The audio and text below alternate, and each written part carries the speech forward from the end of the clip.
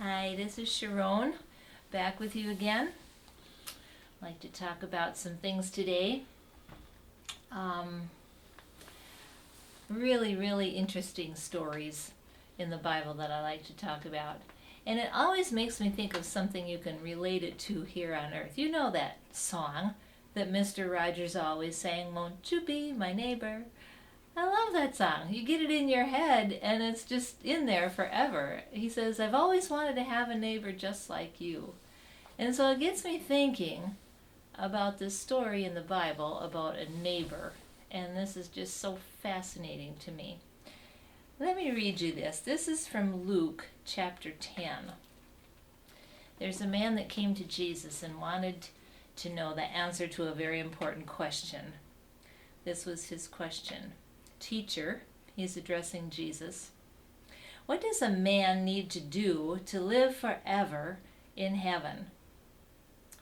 Jesus replied, "What does Moses' law say about it?"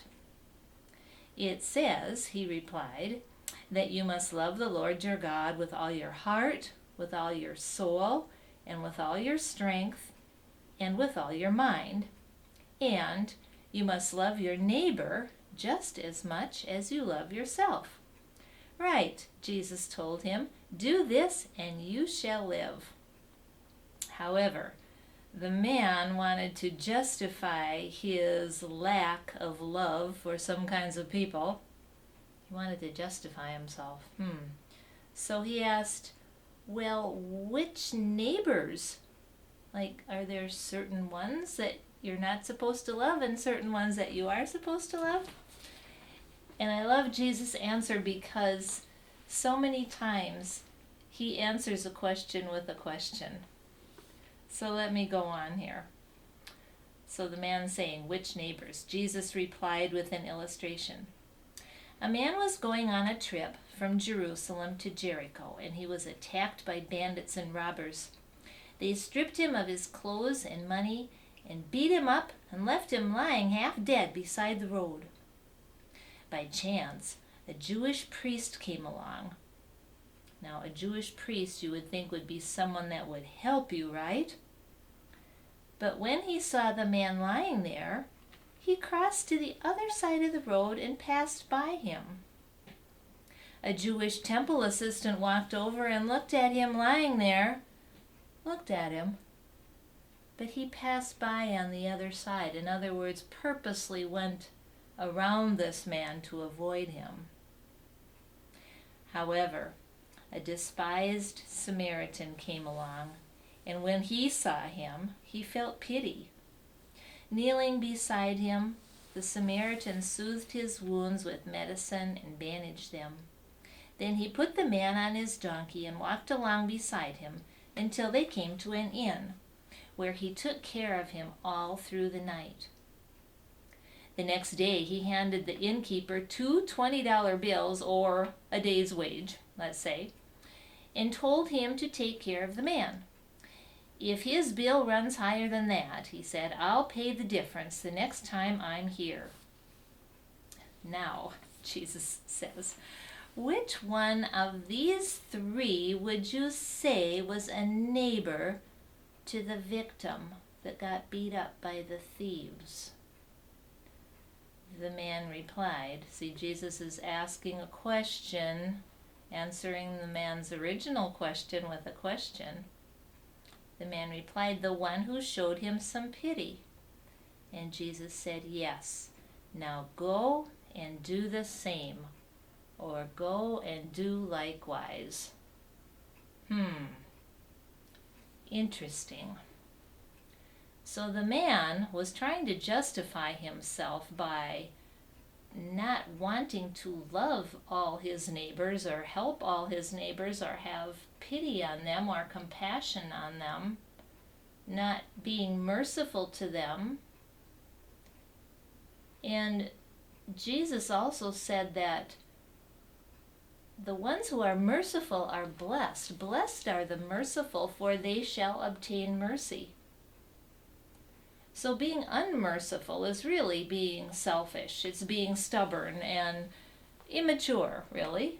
It's saying, I want my own way. I'm not going to go out of my way to help you. Even if you're lying half dead by the side of the road, that's your problem. I don't want to deal with it. And we do that all the time.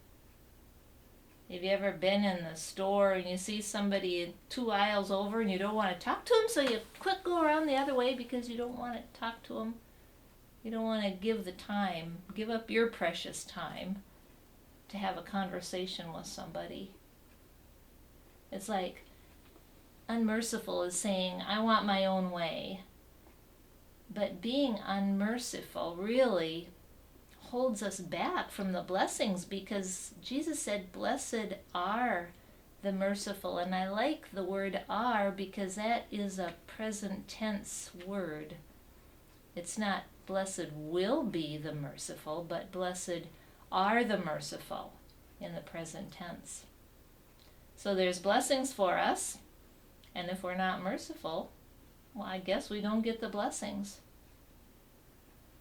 Being unmerciful is just pride. It's just self-centeredness. It's just you don't want to go out of your way to do something that might be inconvenient. Being merciful requires humility, and it requires making the decision to help somebody. That's interesting. Blessed are the merciful. Won't you be my neighbor? We can't say that we don't feel like it, because being merciful is not really optional. When Jesus gave all those Beatitudes on the Mount of Olives, blessed are the meek, blessed are the merciful, blessed are those who mourn, he was saying, you're going to be happy and blessed if you have these qualities in your life. We can't be insensitive or hardened to the needs of others. We have blessings, so we have to give blessings away. That's the way I look at it anyway. If God gives me a blessing, it's so that I can share it with somebody else. If I have the blessing of time or the capability of helping someone who needs help, then I need to share that with somebody else. If we're willing, He is able to help us with that attitude of compassion. And sometimes we say, I just can't do that. I just can't go help that person. I just can't. And when He said go and do likewise, or go and do the same, do we only go and do it when we want to, or when it's convenient? What about if it's inconvenient? See, if we're willing to do something and our motives are right, the Lord will give us the way and the means to do what He wants to get done through us. It's all in your attitude, isn't it? And I need to work on my attitude so much, like every day. I need to really think about that. Because sometimes it's just too easy to close your eyes to someone else's situation and just block it out, just pretend it's not there, just pretend it doesn't exist. It's too easy to do that sometimes, isn't it? So what does our attitude or our motives really say about us? Won't you be my neighbor? I love that song. I could sing that song all day long. I like it a lot. I'm glad Mr. Rogers made that his theme song, because when you really think about the words in there, there's a lot we can learn from that.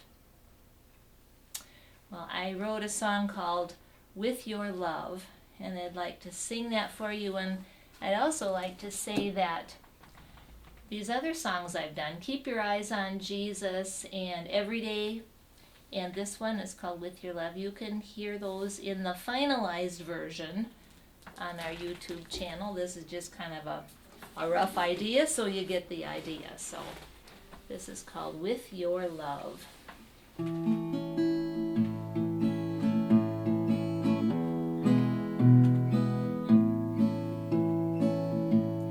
In your name, dear Jesus, we pray for wisdom, we pray for guidance from above. In your name, dear Jesus, we ask for